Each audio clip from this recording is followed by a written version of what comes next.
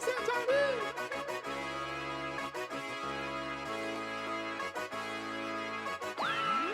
you done it now, Johnny.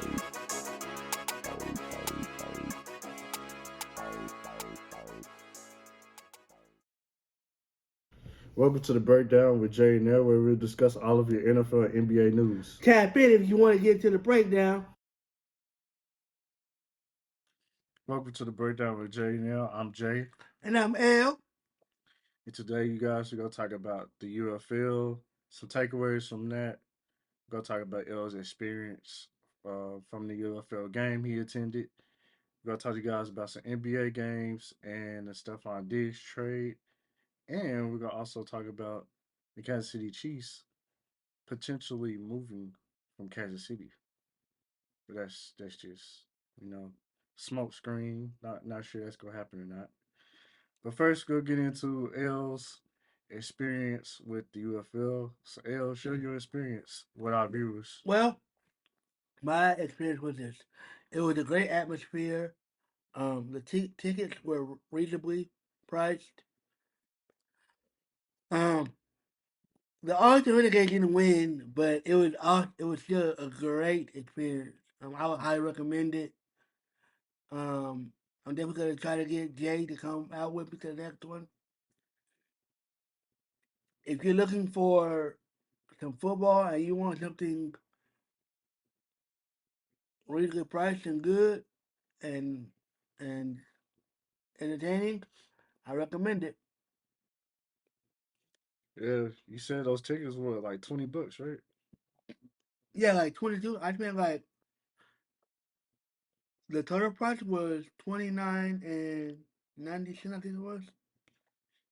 Yeah, that's not bad. Where you was sitting there too, it's like you was close. Yeah, I was sitting right at the end zone, like right on the not the back end of it, but like on the corner of it. So I got a great viewing of the sideline.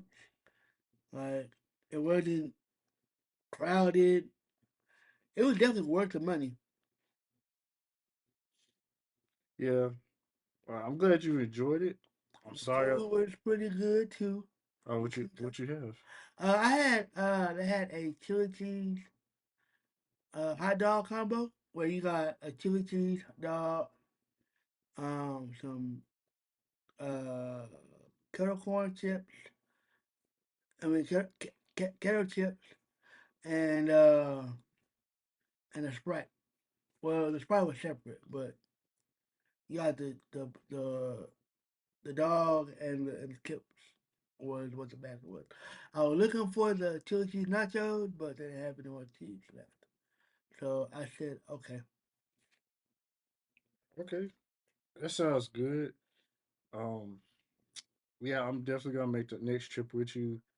We're gonna plan it ahead of time. Just time, get all the guys. Try to get all the guys together. We're gonna hit up that game. Yeah, I definitely recommend it. Like it was a fun experience. I definitely would do it again. Well, I'm glad you enjoyed yourself. I'm glad you had a good time. Was that your first football game you attended, or you been to other football games? I've been to a Cowboys game when I was a kid, but as far as like an adult wise, yeah, that was my first one. Okay. Well, Well, professional wise, yeah, that was my first one. well, I'm glad it was memorable for you, and hopefully, this next game, hopefully I'll be there with you. We can experience it together, have a good time. Yeah, definitely. Maybe we can go out to eat afterwards. All right. Next, I'm gonna give you some takeaways from my point of view, since I was able to attend the game with L. Some stuff that I found that was pretty cool about the UFL.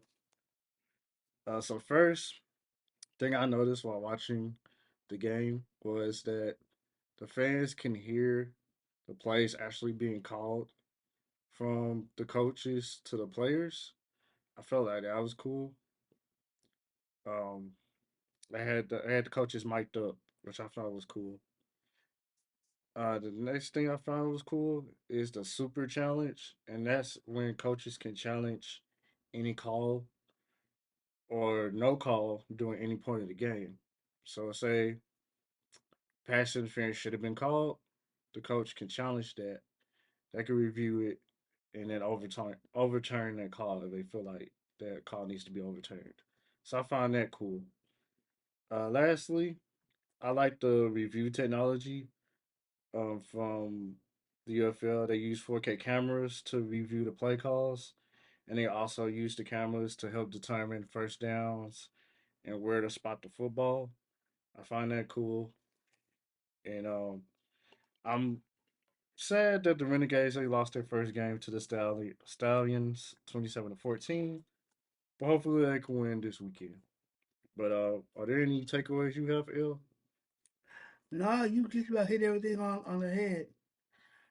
Um, Again, the experience was great. It was a good game. Highly recommend. All right, so we're gonna move over to the NFL now. Something major happened in NFL a couple of days ago. Hmm. Out of nowhere, Bills traded Stephon Diggs to the Houston Texans. The Bills received a 2025 second round pick, this year's sixth round pick, and a 2025 fifth round pick. So, what are your thoughts about the Stephon Diggs trade? I think that when it comes to that trade, it was a good trade for both. Mainly for the Texans because they got another receiver to go alongside Tank Dell and Nico Collins. Um, but the Bills, they kind of they got a lot of work to do. They're basically in a rebuild mode with a franchise quarterback. So they gotta have a bomb rookie receiver coming into the league. They gotta get this right now before later. Or work on your defense because you have no defense. And that pick was like that 2026 pick was it 2026, right? 2025. That's not even this year. That's next year. That's even worse. You don't even get the pick. Yeah, that was really too smart. Yeah, I kind of agree with what Shaky said when he was like, that was dumb. You traded your Pro Bowl player for nothing. You didn't even get anything really in return. yeah, I feel like it was a bad trade for the Bills, even though they got picks out of the deal. But like El said, they lost their star receiver, and also, I don't know if El realizes this or not, but they lost a second receiver too, and Gabe Davis. Oh, He you like signed, both of them? yeah, he signed with the Jaguars. Oh, so So you just, their y'all just out of everybody. wide receiver room is looking dry. And y'all Bills fans, y'all better hope they get one of these wide receivers coming out in the draft because there's some pretty good wide receivers coming out in this draft, and y'all need to draft one of them in order to replace Stephon Diggs. But Or at least Gabe Davis. yeah, but from the Houston, Texas standpoint, I feel like it was a great trade. You're doing a great. They doing overall. They done a great job this off season. Um, Supplying CJ Stroud with weapons on offense. Yeah, and actually they're showing everybody what you're supposed to do when you have a high caliber quarterback who's a rookie. You get high quality players that can complement that player. Or you draft a player that can work with that player. Like a Tank Dell and CJ Stroud. That's a tandem for years. When when Stephon Diggs, when he leaves, you still got Nico Collins. So in my opinion, excuse me, you have a four-headed monster. And you still have the draft too. So even though y'all made all these moves in free agency, you can still do some stuff in the draft too. But I like how they building this team for CJ Stroud. Offensively and defensively, defensively with the addition of Daniil Hunter and man, they got somebody else too. I can't think of the name right now. Shazier. Oh yeah, Shazier, the linebacker. Yeah, Texans, they looking real good right now. They are. And I feel like the Stephon Diggs addition is good. It's a final piece to their offensive puzzle. I feel like you got a veteran receiver in the room to to teach Nico Collins and Tank Dill. Now, y'all better hope that Stephon Diggs comes in with the right mindset because it's been rumblings that he was a problem with the Bills, but we'll see. It could have been on that accord. It could have been frustration with playing in Buffalo. You get so far and you don't make it, you tend to get frustrated. That's also true. But let's see if he gets far with the Texans. I have a question for you. Do you believe the Texans are a threat to the Chiefs now with the addition of Stephon Diggs? No, not at all.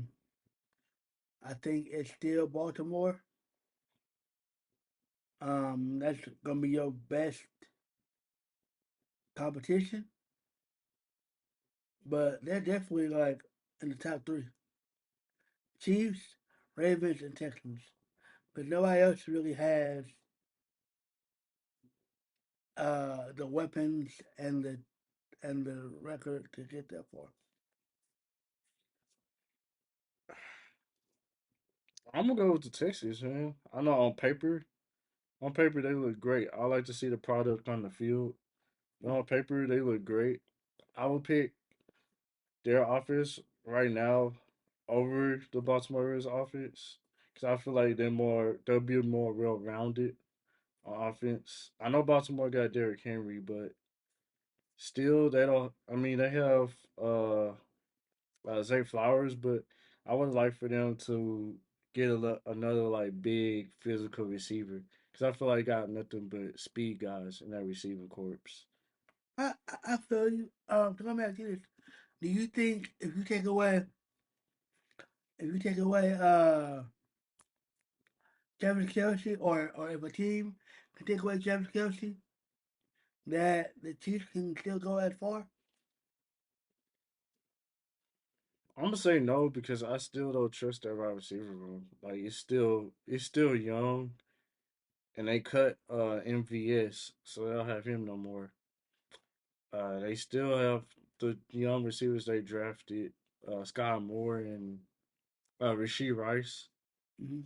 But they still need. I would like for them to get a veteran receiver, especially during free agency. But it looks like they're gonna add another receiver during the draft, which I'll be okay with that too, especially if it's a receiver like Xavier Worthy, somebody like that. Because I feel like, or the other Texas wide receiver, Adonai Mitchell, Hmm. he's big. He's bigger, more physical type. Hmm. Um, but they need to add more to that receiving course because I feel like yes, the duo of Patrick Mahomes and Travis Kelsey is great, but I feel like somebody's gonna find a way to neutralize that. Like these defenses are gonna find a way to try to slow that connection down. Hmm. But I like the Texans' chances as a threat to the Chiefs. I just feel like they'll be more well rounded offense. They got Joe Mixon in the backfield. He also can catch the ball out of the backfield. So you add another pass catcher to that offense. Then you got Schultz. He's a solid tight end, and then we got the wide receivers that we just Only time will tell. mentioned. All right. Next thing. Speaking of CJ Stroud, do you believe he's be in the running for MVP next season? Um, he could, but it depends if he has if he starts off hot. Then yeah, but they gotta make sure he doesn't hit that sophomore slump. That's yeah, that's gonna be key here because I know the sophomore slump is real, but I think that's why they went out and grabbed Joe Mixon to take the pressure off of Stroud because he didn't really have much of a running game last season. Hmm. Devin Singletary, he's a nice running back, but he's not a starter to me. He's like a backup, maybe even a third down running back. Hmm. But you get every down running back in Joe Mixon, that's just gonna open things up more for CJ Stroud in that offense. I feel you.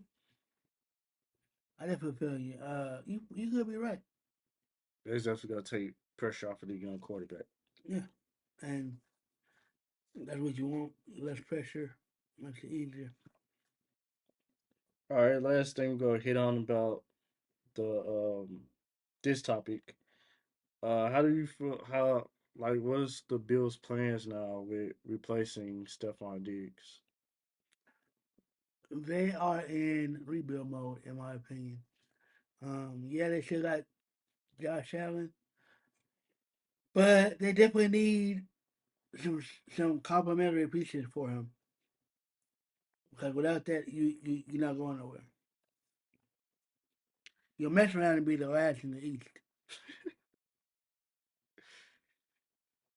Yeah, um, I have two ways that they can replace Stephon Diggs. The first way is through trade. They could trade for T Higgins or Brandon Ayuk. He's not happy with San Francisco. He wants his bag.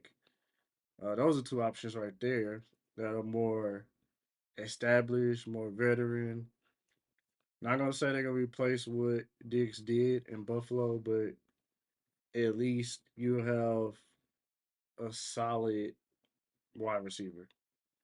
I feel like I definitely understand that, and I would agree on both. And then another way is through the draft, like I mentioned.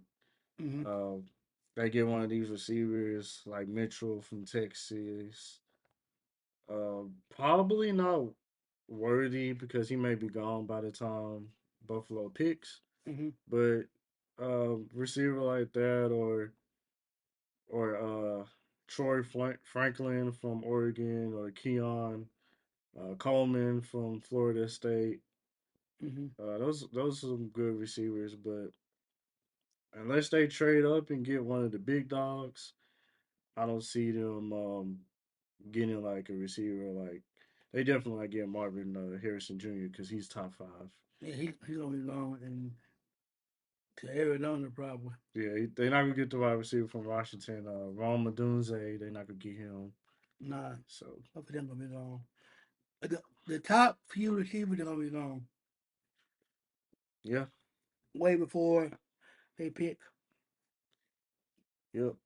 So that's it on the Buffalo Bills trade to Stephon Diggs to the Hmm. Houston Texans. Y'all make sure to comment in the comment section once this video is uploaded. Let us know your thoughts on the trade. What do you think the Bills should do? And yeah, all of that.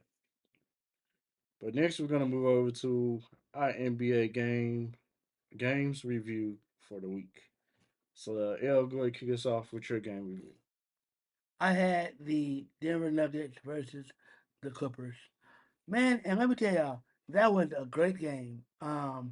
It came down to the wire. It was the last second 3-point shot by Jokic.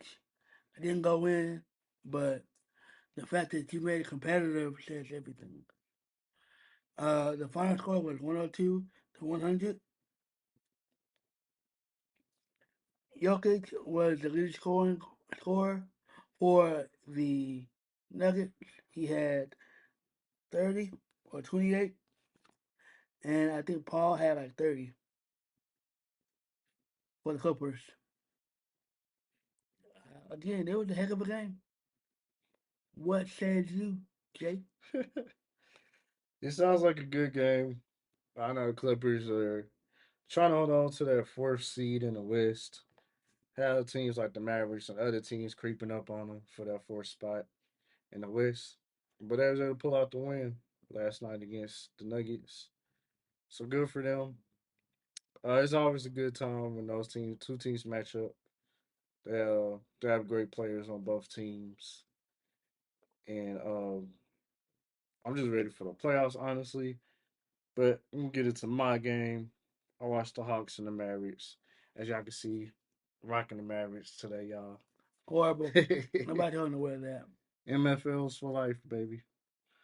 With the He Mavericks, don't mean that. the Mavericks won 109-95. They beat the Hawks. Luka had 25 points, 12 rebounds, 8 assists. PJ Washington, he had 19 points, 8 rebounds. And Kyrie had 26 points and 5 rebounds. I like to say I like the improvement that I'm seeing from PJ Washington. He's improving his 3-point shot. He's being more consistent now these last few games on shooting the three ball. And that's important. We need that. And come playoff time, we're gonna need that because everybody gonna be trying to slow down Luca and Kai, and you need that third person to get you some points and to be able to shoot the three. So, Mm-hmm. congrats to PJ. I'm happy for him. Glad he's balling out. And speaking of PJ, he over the last 6 games, he's been averaging 14.7 points. I'm just rounding that up to 15 points per game. He's shooting 44% from the 3-point line, and he's averaging 7 rebounds. So if he's able to keep this up, coming playoff time, the Mavericks are going to be dangerous. And then I like the play from Gafford and Lively. I know Lively he's out right now, but hopefully he'll be back in time for the playoffs. But I like overall like what I'm seeing from the Mavericks. I just hope they keep it up once the playoffs get here. But let's hope they do that. That's all you can do is hope. All right, lastly, guys, we're gonna talk about the rumors floating around about the Chiefs and the mayor here in Dallas. He wants the Chiefs to move here to Dallas. He wants a second team here in Dallas. What are your thoughts on that? Why? There's no point for that. You already have the Dallas Cowboys. There's no point for you to have the Chiefs come back. They left for a reason. Let them stay gone. Even if they come back, that's not going to help y'all win the Super Bowl. They're still going to be the Kansas City Chiefs Super Bowl winners, not the Dallas, whatever they want to be calling themselves. Yeah, I don't see it happening. Um, and I know the mayor he been talking about this for a while. This is not the first time, but a couple of years ago he was talking about it.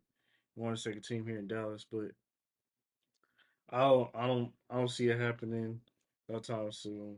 I think we have enough going on here in Dallas as it is. Like even Sports when wise, we do. sports wise and entertainment wise, like I always seem to have concerts and stuff at the AT&T Stadium, at the American Airlines Center.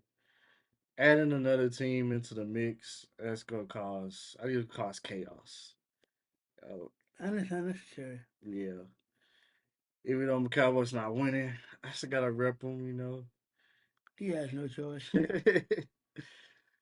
But it would be cool if they were to move here. And I know Patrick Mahomes, he's from Texas, and he grew up a Cowboys fan. He loved the Cowboys, but um, I just don't see it happening. Uh, they done so much for the city of Kansas City.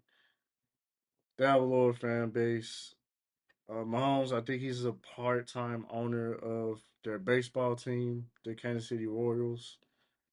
So that would cause issues with that, with the relocation. But I don't know. I mean, I don't see it happening. But We neither. is there anything else you want to add, Il? Thank you for supporting us. We love y'all. Again, check out some of those UFL games if you can. Follow us on our social sites and keep keep. We got more heat coming, and keep subscribing and commenting. Please, thank you. Yes, please make sure you like and subscribe at the end of this video. And we have hit our goal, you guys. We have made 100 subscribers. As of yesterday, we hit 100. So, gotta keep that train rolling at 100 subscribers. And I want to give a shout out to one of our subscribers, Dylan Bonds. He seems like a great young man. Met him over Bleacher Report. I want to say appreciate you watching the show, checking out our content, bro. And this young man, we inspired this young man so much that this young man decided to start his own show, his own podcast You're with his awesome. cousin. So we appreciate that. I mean, that's what it's all about. We love to talk about sports, but we also like to inspire as well. So thank you, Dylan, for subscribing. And y'all be safe. Y'all have a blessed one. And we had a heat coming, like El said, draft coming up. So we got some stuff planned for the draft. So y'all stay tuned for that. Y'all be blessed, and we love y'all.